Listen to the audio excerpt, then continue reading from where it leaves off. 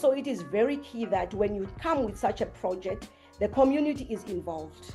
Introduce the project in the community, get the buy-in from the community, explain and make sure that the community understands what you're bringing, how the system operates. Are there any limitations within the system, and how should it be kept? And you must also make sure that you get people to take ownership of that. I think sometimes we really underestimate the impact of lack of access to quality electricity really has. And I guess almost forgetting the fact that, in as much as privilege compounds, prejudice also equally compounds. There's a huge supplement of energy that is going to be produced on the site with solar and wind generators and stored in a battery. And that has probably taken the market from being sort of fairly minuscule and quite niche to really quite extraordinary in terms of the scale it can get to. Welcome to the Energy Conversations podcast, your go-to source for unpacking the complexities of the South African energy sector. Welcome to Energy Conversations, where we break down the complexities of the South African energy sector into digestible insights and make sense of South Africa's energy transition through stories of innovation, inclusion, and resilience. I'm your host, Thokozile Zambane, and in today's episode, we explore exciting developments in South Africa's energy future, decentralized energy solutions, the rise of microgrids in South Africa. From rural electrification to embedded generation for industrial parks, microgrids are shaping how we think about power, who produces it, who controls it, and who benefits. We are joined today by two leaders in the front lines of this shift. Nombulelo Gwarube, who is a seasoned engineer and a project manager with deep experience in microgrid implementation, as well as Dom Wills, who is the executive director at Sola Group, a pioneer in commercial and industrial solar solutions and utility scale innovation. Before we dig into today's subjects, I'd like to firstly start with some brief introductions from our guests. If I could ask you each to briefly just introduce yourselves and your role in the South African energy sector. Nombulelo, let me start with you. Thank you, Toko, for having us as Likhanye Consulting engineers in this platform. My name is Nombulelo Gwarube from Likhanye Consulting Engineers. I am based in the Eastern Cape. I'm an engineer. We are providing professional engineering services and also electrical construction. We have done a lot of projects in the Eastern Cape. However, we'd like to expand to other provinces and beyond. Black women-owned business with our offices in East London. Perfect. Thank you very much. Dom, if I can ask you to briefly introduce yourself. Thank you. My name is Dominic Wills. I am director at the Sola Group. I've been there 15 years as one of the founding members of the company. I have a doctorate in electrical engineering, so engineering background. I suppose spent most of that time developing lots of C&I projects, solar in particular, microgrids, and in addition to that, about 700 megawatts of grid-connected solar farms, and an experience in the IPP sector over this time. Thank you both for your introductions, and really looking forward to the insights that you'll be sharing from your experience.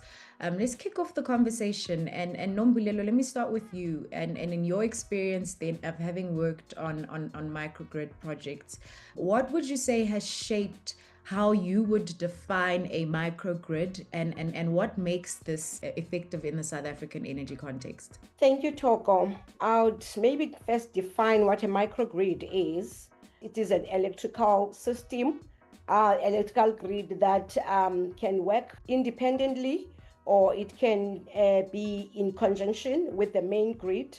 It then consists of the solar panels, wind turbines, and also energy storage systems. Solar system, the microgrids in South Africa are really what has been required in a long time, as we know that in the previous years, Eskom was the only or the sole source of energy. But now with the microgrids, it has allowed the Department of Energy, our government, to actually provide electricity to different systems And also it has allowed other departments as well to be involved in energy solutions, more especially now that we know that there's a challenge with capacity in our country. And now introduction of microgrids has a very strong impact, because now even the people that are in the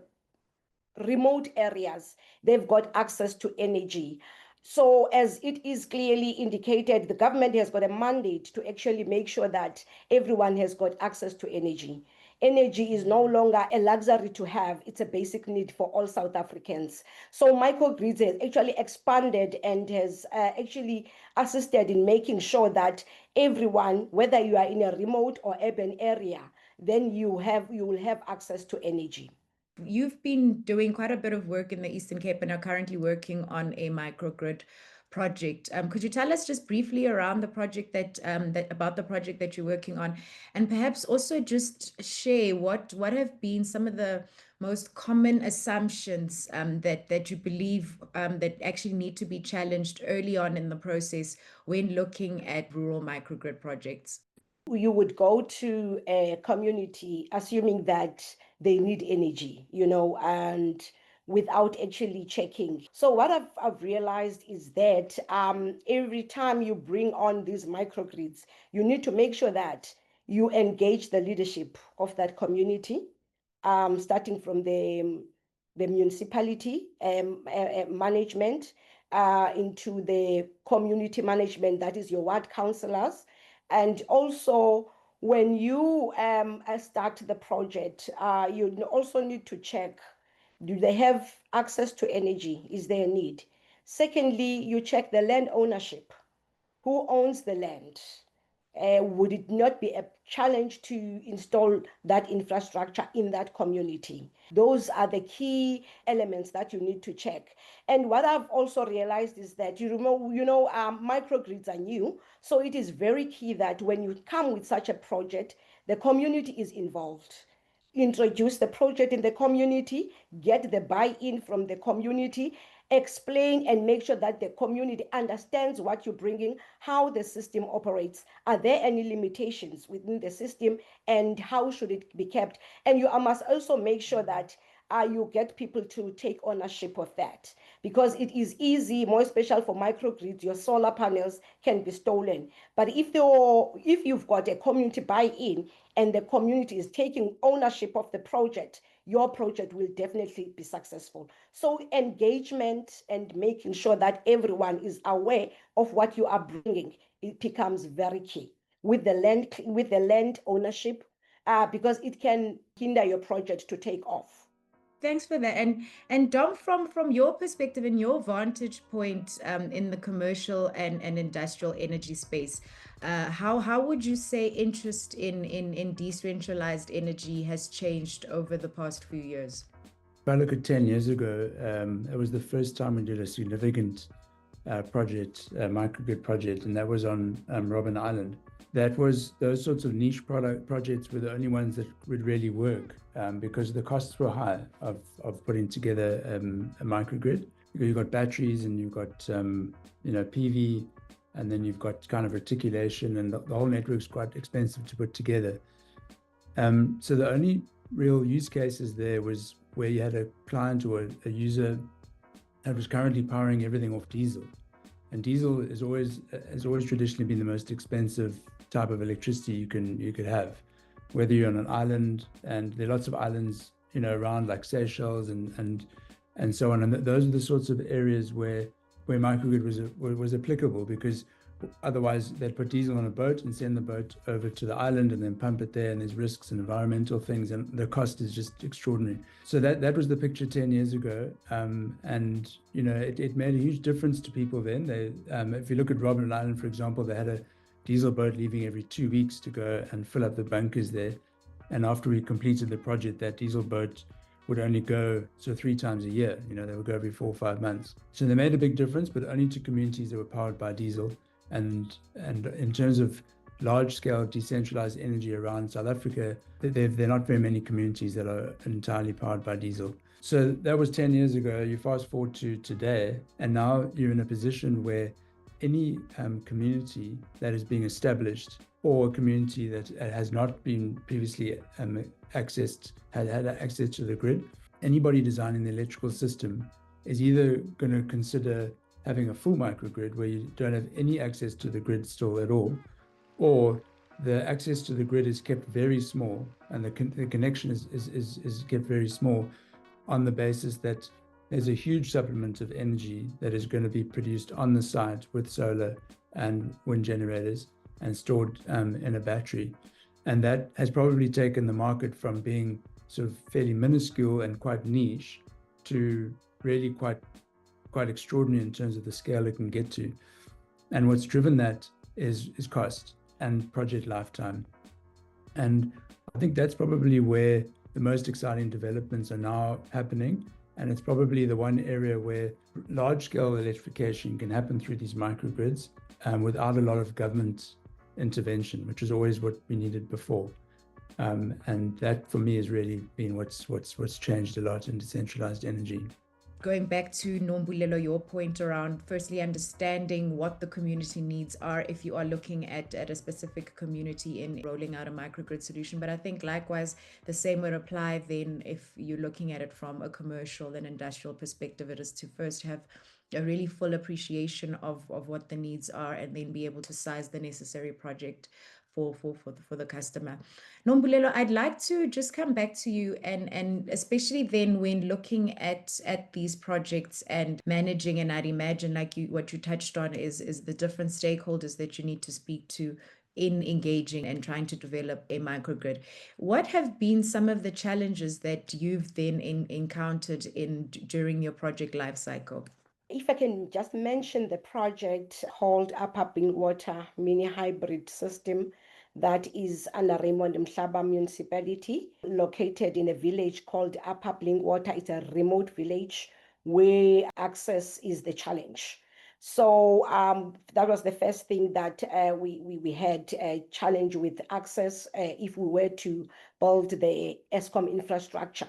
So that's what gave the appetite for the project to go for an mini grid, because the people in the village actually needed energy. The project was, I would say, birthed from the twining arrangement between the state of Lower Saxony in Germany and the Eastern Cape government in South Africa. We had to have stakeholders from Germany, GIZ. We had to have stakeholders from the Eastern Cape Rural Development Agency that formed part of the project, as they sponsored the solar panels and the fencing of the solar system. And we also have the main department, which is the Department of Economic Development, Environmental Affairs and Tourism. That was the key stakeholder that actually brought about the project to the Raymond Mhlaba Municipality. So working with different stakeholders, first of all, you have to understand how they work, how is their system, the communication channels, communication protocols that needed to be honored during that process. So it was like challenging to get those together. However, one had to study, each and every stakeholder in terms of their systems, how they work, the management, the protocol that needs to be observed. After understanding that, it was then easy to engage. My role in that project was playing social facilitation. So I was the key person for each and every meeting to take place. It has to be through me. I had to get all the stakeholders coming together. So the communication was very key. Understanding each stakeholder was also key. And also understanding the processes that government has when rolling out a project.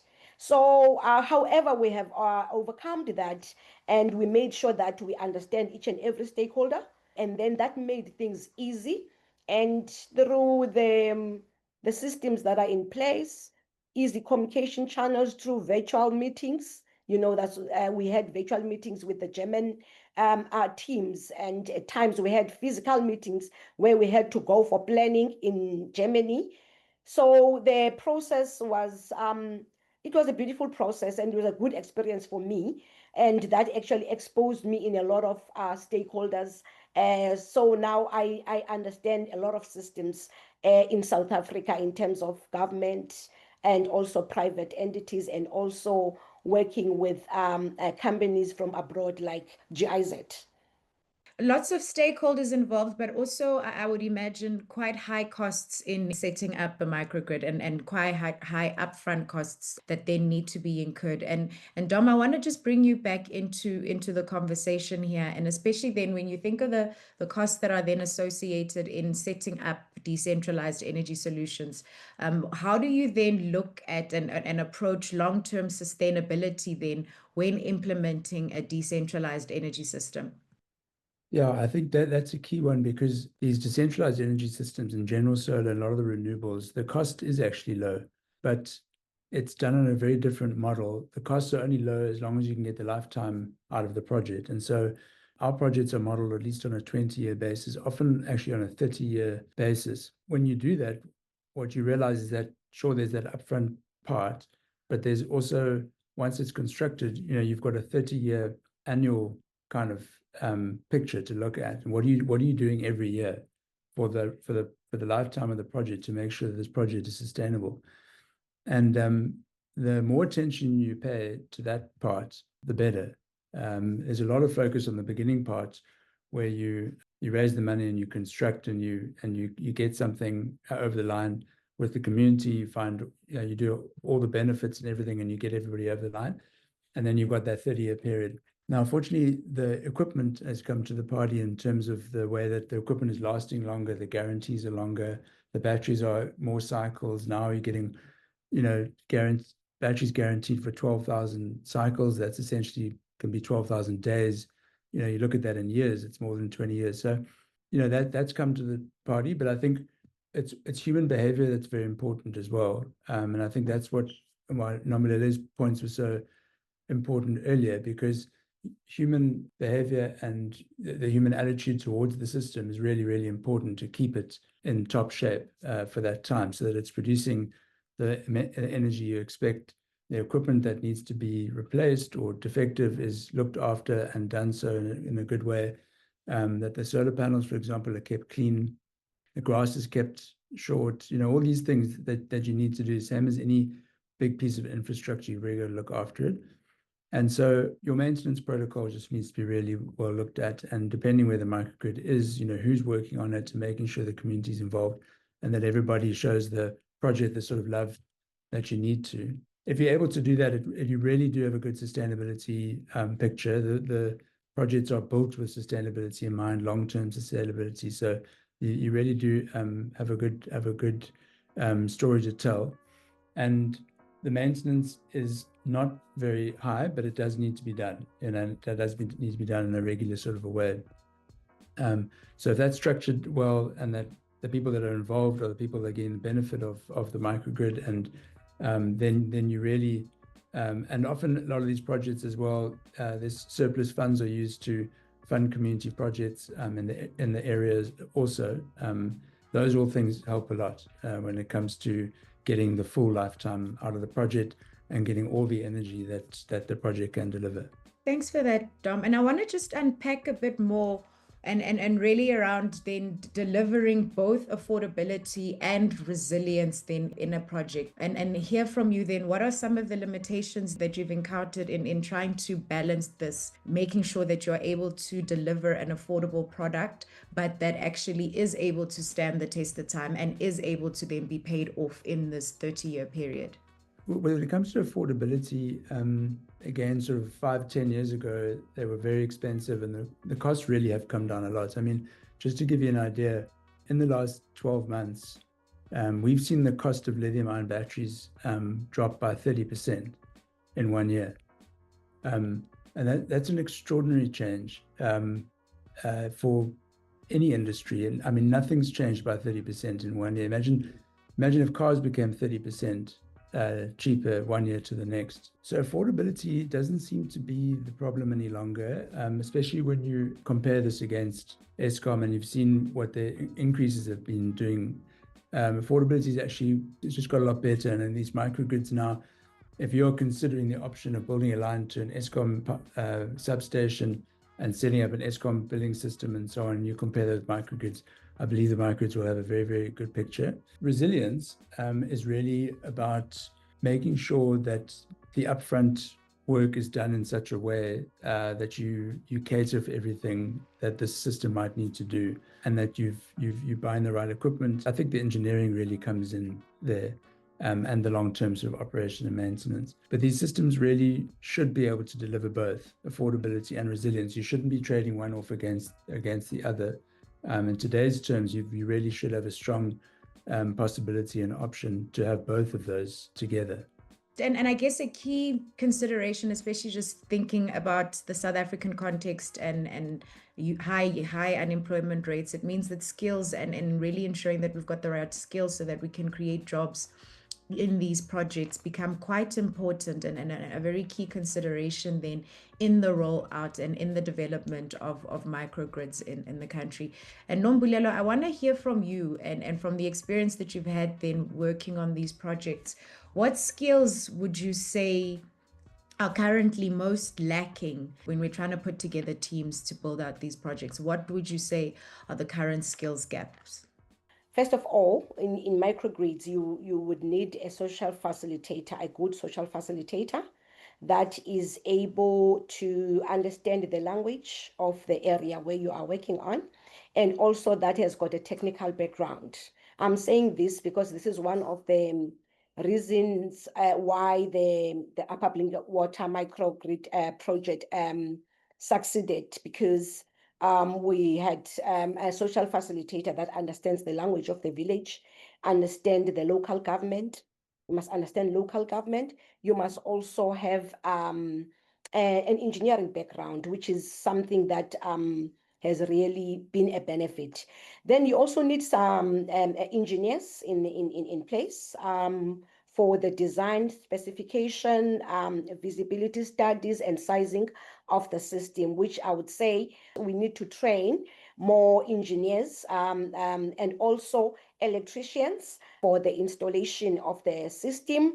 It is not really difficult to actually get those in place, because in our project that we did at Upper Blink Water, training was given to the whole municipality technical team and also the community members that had a grade 12. So they managed and they are able to do certain parts of the maintenance of the system from the training that was given there. So the installation and engineers in place, and also the experts on the microgrid itself, the control system. That's very key. That the control system that is being used there, there's technical staff or technical team that is up to speed in terms of IT, attending that. And also IT, a skill that is actually required because you will have to download the data from the system. So you need IT person that is able to access the system and that is able to check what information you want to pull out, what type of data you want to pull out from the system. So the IT becomes very key as well. Great, thanks for that. Dom, from your perspective, how do you think industry players can contribute to deeper long-term capacity building then in underserviced communities? I think that point is a good one, and I think that what we maybe often don't realize is just how much training actually needs to be done on a yearly basis through the whole energy transition, not only with the microgrids. It's actually everywhere in the country. It's probably thousands, really is thousands and thousands of people per year across a number of things. Fortunately, these systems are quite modular. The software is becoming easier and easier to understand. So the technology providers are building on the complexity of the technology, but they're building layers of software to make it more understandable and more accessible and easier for everybody to understand and be trained.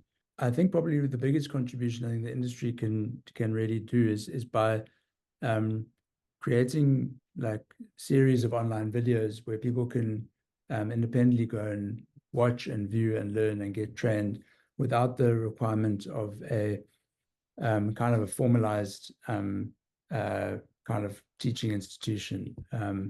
And there are a number of those around, but they're always limited because the classroom's got a certain amount of seats, and teachers can only churn through so many students a year. So that would really help. It's just really, really good suites of videos that people can watch and get trained. And you can, depending what your position is in something, in a development like this, there can be something for everybody. But certainly the training aspect of these projects is definitely a big challenge. You've also got to think about people's availability to be available to attend that training in that particular week. And there's obviously competing interests or just general responsibilities that would hinder people from being able to attend that. So I like the concept of having something online, having it self-paced to ensure that somebody's also not being left behind or isn't feeling as though the class's progress is slowing them down. So it would be actually quite interesting to see the rollout of those kind of initiatives. And I think when we then are speaking about tech and putting things online, it's then an opportunity then for industry players such as your telecoms to be able to come to the party and seeing how do we then look at zero rating then these kind of trainings to actually make sure that they are inclusive. Nombulelo, I'd like to bring you back into the conversation here. And I mean, we've touched on the importance of skills to ensure that we really are ensuring that we've got full participation of local communities and especially young people in the rollout of these projects.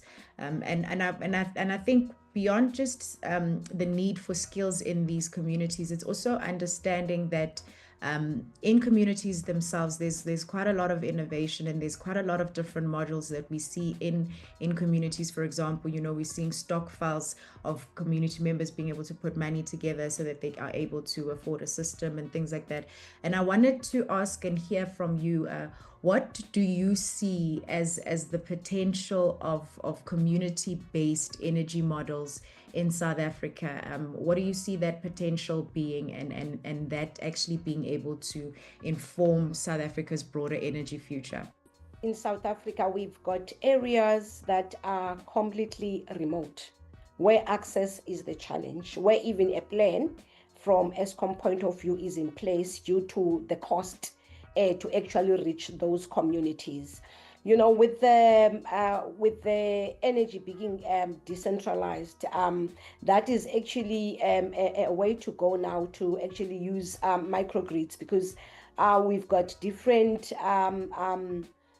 systems in place. We also have different government spheres. We also have private companies as well involved in actually trying to assist government in reaching the universal access, because government, they've got a mandate to make sure that everyone is involved, it has energy. So the local government is very key in terms of playing a role in making sure that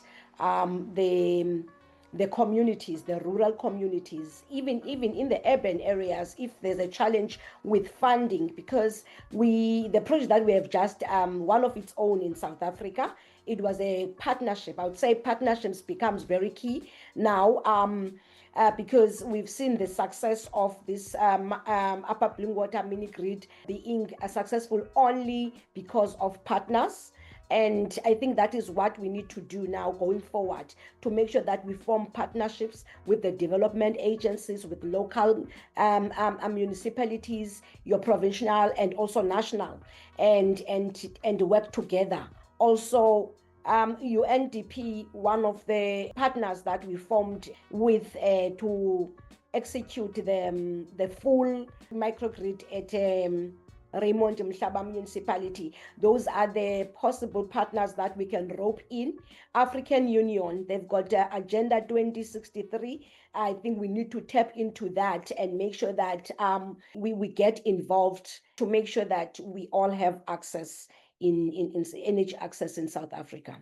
It's quite important when you speak about or talk about partnerships, because at the end of the day, it will take a collaborative approach, and not just looking at the public sector, but also looking at the private sector. And to your point, looking at international development partners that are then able to potentially come in and support in the funding of these projects. Because I think also what then needs to be considered then from especially rural microgrid solutions is then how do we then how are we able to subsidize, or how are we able to ensure that those solutions then are then actually going to be affordable for those communities that or not even rather affordable, but that the communities are actually able to procure that energy that's created.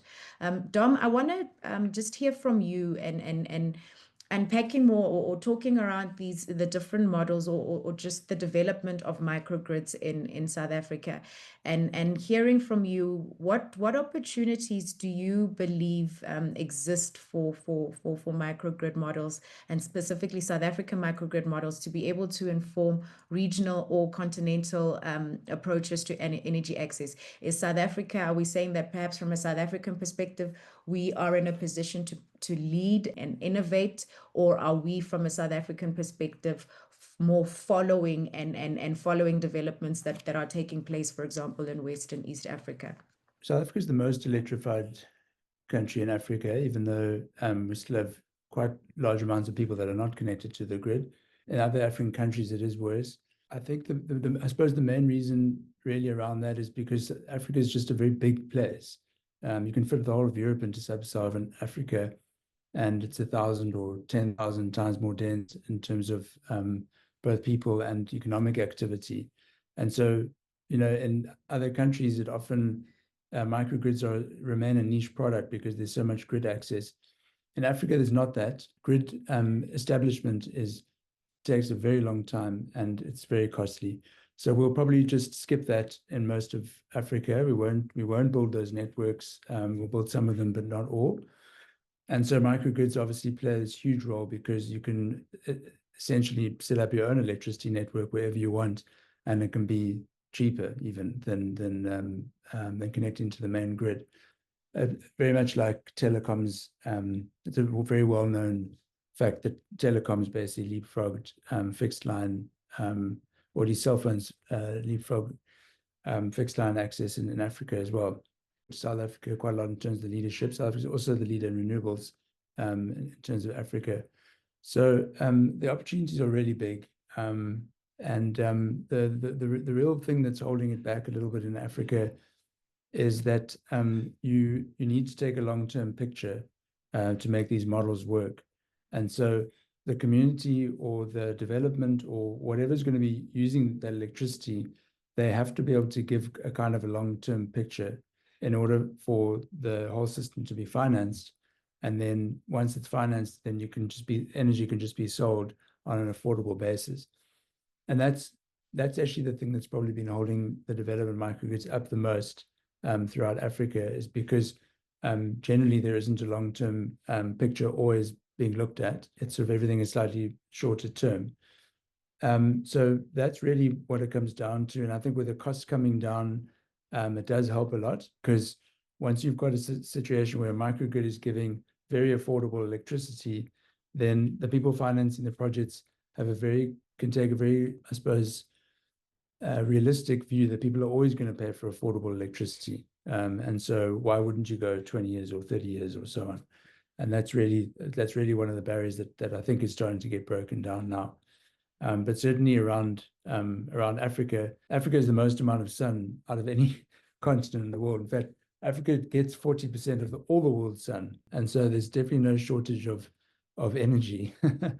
It's just a case of putting these systems up, storing them, and making sure that they're financed in such a way that everybody's going to get access to affordable energy that actually makes a difference to their lives, that they can use that energy to take their lives forward, make sure that they can that the whole system is profitable.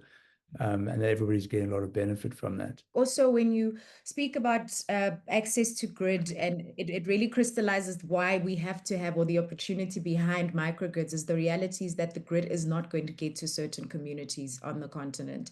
And if we're not going to get the grid there, then the importance then is how do we then have these decentralized microgrid solutions so that we are able to get electricity into these remote areas. But then again, it raises the challenge, or it raises the challenge of how do we ensure then that those community members, or can those communities actually afford or pay for that electricity that would then be available to them via the microgrid.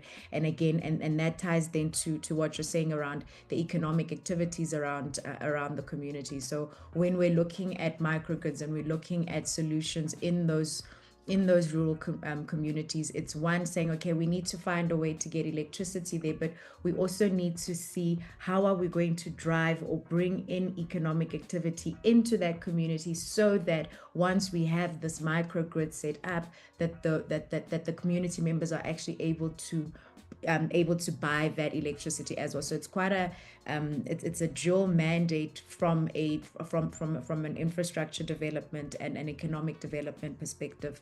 Nombulelo, I'd like to get from you and maybe thoughts around innovation and future readiness, and where we're moving from a microgrid perspective, and hear from you if you could experiment with one design or one implementation model to improve delivery in remote areas. What would the focus be on? I would say, let me make an example of the system that we have. We have built a system where we had solar panels, we've got energy storage system, which is your batteries, your wind, and also the generator, the genset. So the improvements that would be needed around that one would be, because we have realized the cost of generator, the cost of diesel, basically they're very high, and it's not affordable. So that it's something that we would look into, maybe not include when you have that system with all those components, your wind and solar. Maybe you do away with generator because the cost.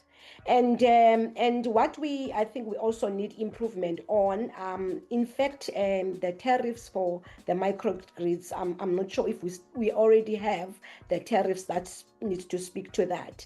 I think there's a research that is being done so that there could be tariffs that are for the microgrids. Because in the current project that has been successful, that was commissioned since 2019, and it's still going on, and there's growth within the area.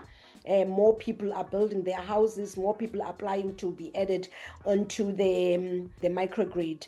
So another improvement that would be needed would be when you design a system, you don't design it to its full capacity. You have spare capacity, so that when there's growth, you are just able to plug in.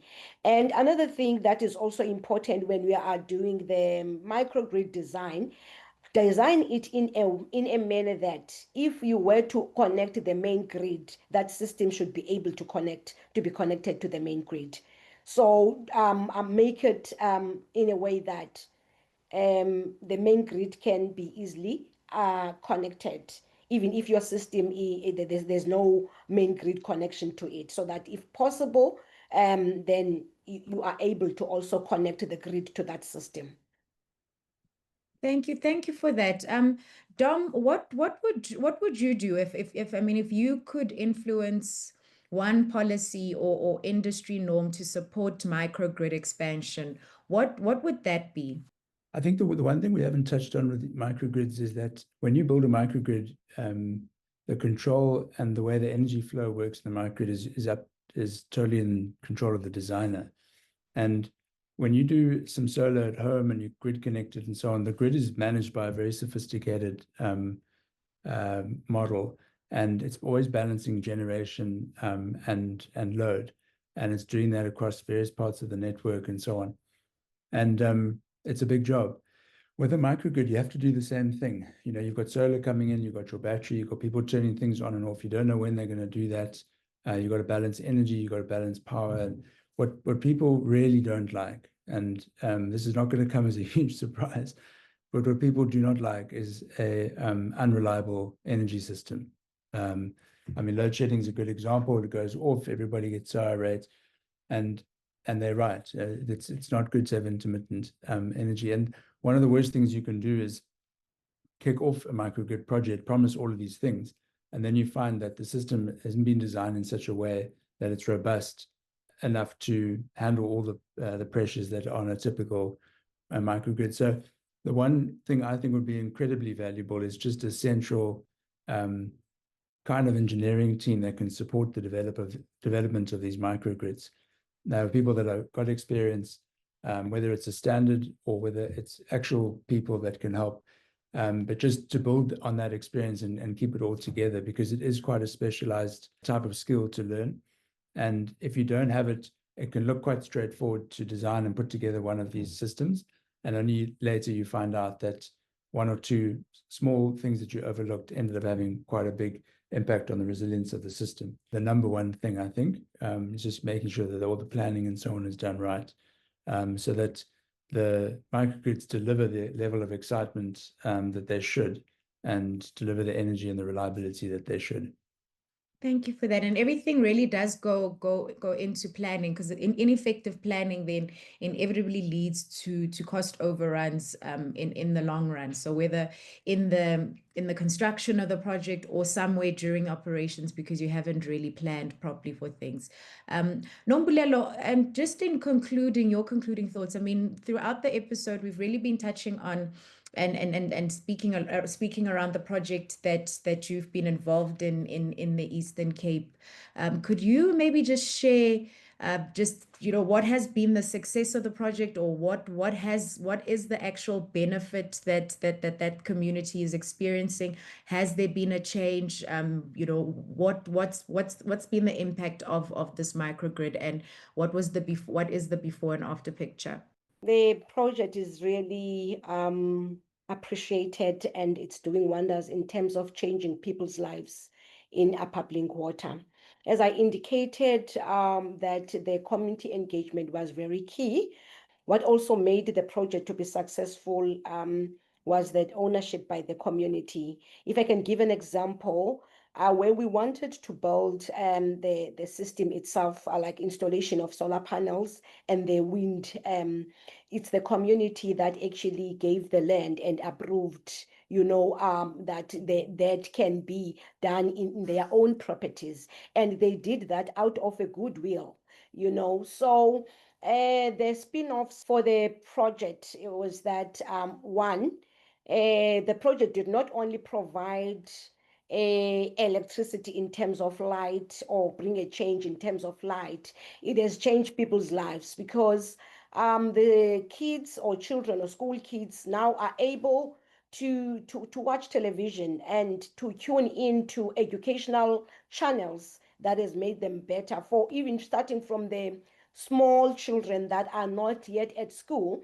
By the time they start school now, they understand the language. They are able to count, they are able to know the colors. That is through energy, because they got that from the television sets. The people that having health issues in the area, they are now able to keep their medication in the fridge, and they can now take from the health facilities a number of them of their medication. Whereas in the olden days, they could only take so much, because you would need to have them in a certain temperatures. So now that is the advantage of this. Moreover, there has been economic development. People opened businesses. There's a successful business that is doing carpentry in the village, and also it has impacted agriculture. The land is being worked in the village now, because the community is able to pump water using this electricity, pumping the water into their fields, and they are able to sell the pumpkins, the maize, So it has actually opened opportunities. Some they've opened spaza shops. Now they're able to sell drinks and meat. And the advantage is that the area is located far from town. You would spend a lot of money if you were to go to town to buy bread or buy meat or any food that you need to buy from town.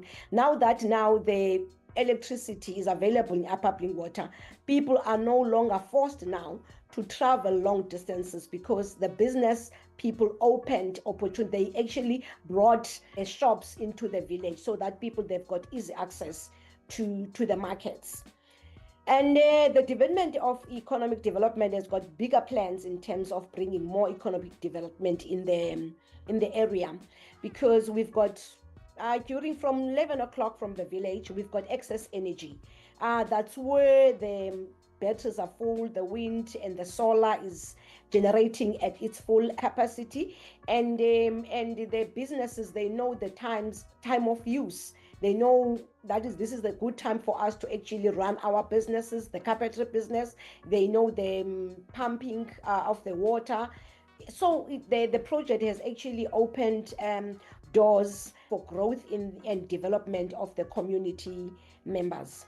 And also on top of that, the youth around the area now are able to have access to opportunities through television sets. And if I can tell you, Toko, before the electricity came, most people of Upper Blinkwater that has been residing in that area without going to towns, they've never have access to television. They do not know what is happening in our country. Now that they've got electricity, they've got access to information. They even know how our president look like now, whereas in the olden days they would know that there is a president by so and so, but now they can actually see this. So this energy has really changed people's lives in Upper Blinkwater, and there is development, there's growth. Now the energy has actually attracted people now to build the houses, move to the village because there's electricity. Improvement also on school kids in terms of studying. I think I've mentioned that has actually helped. I think what we're really highlighting the powerful role that access to energy really has, and it's life-changing, it's transformative, and I think also giving a perfect example then of the dual role that microgrids play, then in the sense that, on one end it's, access to adequate electricity, but on the other it's then driving economic activity and to the point around the children and their ability. I mean, it's being able to watch TV, but also it's being able to read and study at night, because now you actually do have lights. I think sometimes we really underestimate the impact of lack of access to quality electricity really has, and I guess almost forgetting the fact that, in as much as privilege compounds, prejudice also equally compounds, and we take it so for granted when we're sitting here. I mean, what you're saying about a TV, as you're sitting in Joburg or here and wherever you are, you think, but the TV, like, really, that's such a, your next step, your next thing is, what can I go beyond the TV? And we forget then that actually is just an indication of just how privileged we are and the vast difference then that we have in this country. And I guess that's the importance or the opportunity that microgrids can then have in being able to bridge that gap and bridge that divide. Dom, I want to end off with you and looking back on what you've built and Sola's journey. What would you say is, one insight that has changed over the years in how you think about decentralized energy? I mean, often these things are head decisions, what to do and so on. But I always feel like every microgrid I've been involved with, it's always ended up having a big heart component to it. And all the things that Nombulelo and you've just spoken about are exactly those things, because these projects seem to have the most impact in terms of what they actually create. They don't just save money; they create livelihoods.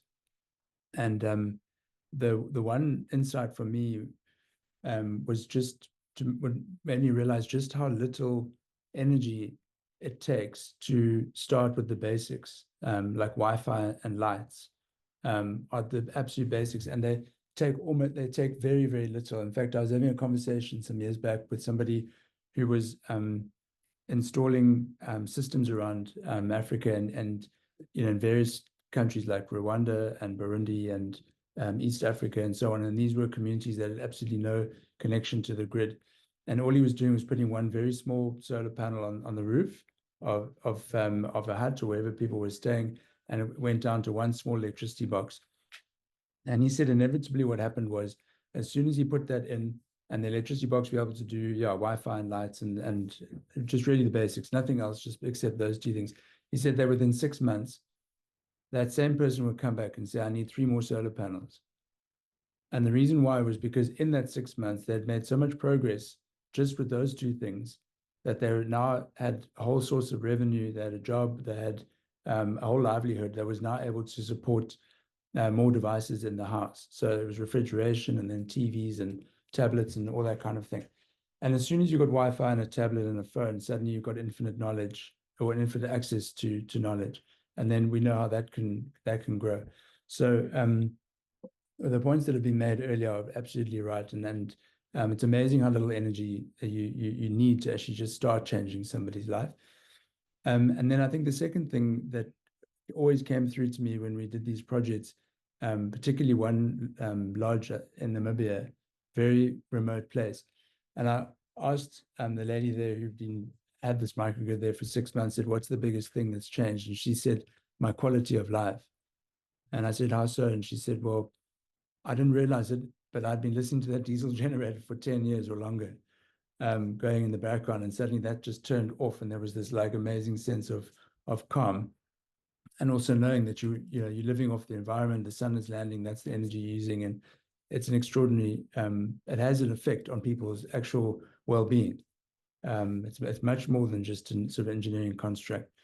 It's not something that was possible 10 or 20 years ago. This is something that's available now. And I think it's got the capacity to be a huge driver of knowledge, of growth, of learning. And it takes a lot of pressure off the government, not only because they don't have to provide energy for everybody, and that can be decentralized and done by private groups, but it also takes the pressure off educating everybody and creating all the opportunities, which we need a lot of. So that's really, for me, if that can continue throughout Africa in an affordable way, it's got such a powerful implication for the huge number of people that we need to educate and uplift in terms of their economic position. Thank you for that. And it's actually powerful what you're saying. I mean, an improvement of the quality of life. I think when you've been in a situation for as long as a lot of these communities have been in, that becomes your normal. And I think, the interventions like microgrids then almost are creating a new normal for a lot of communities, and really providing a very critical lifeline and a critical opportunity to just have a better life. I think that's really what the opportunity of microgrids are, and one would want to see the expansion of these kind of solutions, so that more and more communities are able to participate in the economy effectively. Because I think what we don't think of is, it's not just a remote community somewhere that doesn't have electricity. It is, it's young children who perhaps are sitting with the answer to some of our biggest social problems. The answer sits in their brains, but they are stuck in a remote community. And if we're never going to get to that community, what solution, what innovation are we going to be missing out on? It's really just this compounding effect of what one simple solution could do for a community. And that really brings us to the end of this episode of Energy Conversations. A huge thank you to our guests for sharing their valuable insights and their lessons. Today we started in unpacking the role of microgrids, and really trying to understand what microgrids are, and how they're able to not just power homes but also power businesses, and what microgrids are able to offer to beneficiaries in the form of ability to improve your economic outcomes and really transforming lives. And to our listeners, I'd like to thank you for joining us on another episode of Energy Conversations. If you are passionate about energy access and innovation, please share this episode with everybody in your network. Listen and subscribe to Energy Conversations. And let's all play a role in shaping and writing South Africa's energy future together. Until next time, let's keep the conversation going. Thank you for joining us on the Energy Conversations podcast, powered by the African Energy Leadership Center at the Wits Business School. Together, we are committed to empowering communities and fostering meaningful dialogue around the South African energy sector. Remember to subscribe and let's shape South Africa's energy future together.